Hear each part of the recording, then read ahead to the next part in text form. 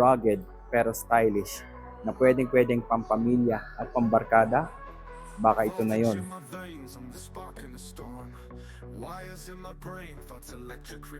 Hi guys! Welcome back to my channel.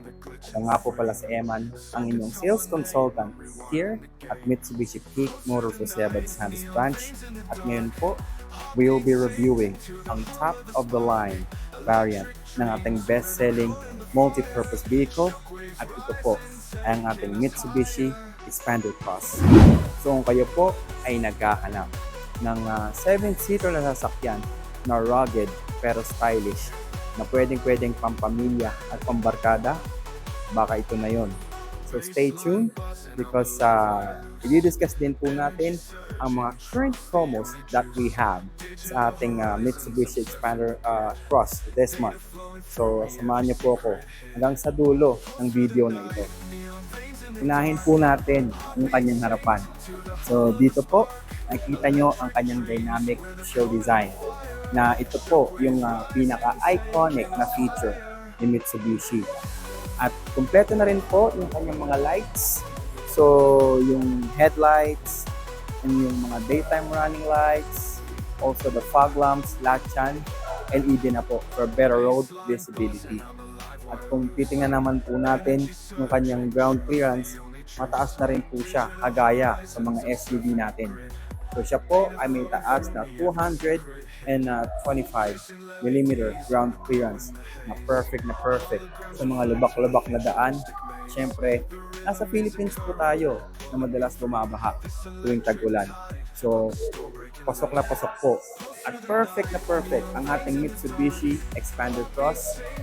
Under the hood naman po, si Mitsubishi Xpander Cross ay equipped na ng 1.5-liter Mavic engine for more power, fuel efficient, and less noise engine. And when it comes to safety, ang ating Mitsubishi Xpander Cross ay equipped na ng active stability control, reverse camera, at meron din po siyang hill start assist. So kahit na si Mrs. kayang dalhin ang sasakyang ito. So kahit na siya ay isang SUV-like multi-purpose vehicle, she won't get intimidated for sure. Pagdating po sa harapan, napaka-premium po ng feeling dahil po yan sa kanyang leather seats at meron na rin siyang soft touch leather dashboard na talaga namang nagpapakita ng monochromatic effect sa interior ng ating Mitsubishi Xpander Cross. And meron din po siyang 7-inch infotainment display na compatible na rin sa Apple CarPlay and Android Auto. And syempre, ang ating Mitsubishi Xpander Cross ay isa sa mga best-selling family cars dito sa Philippines.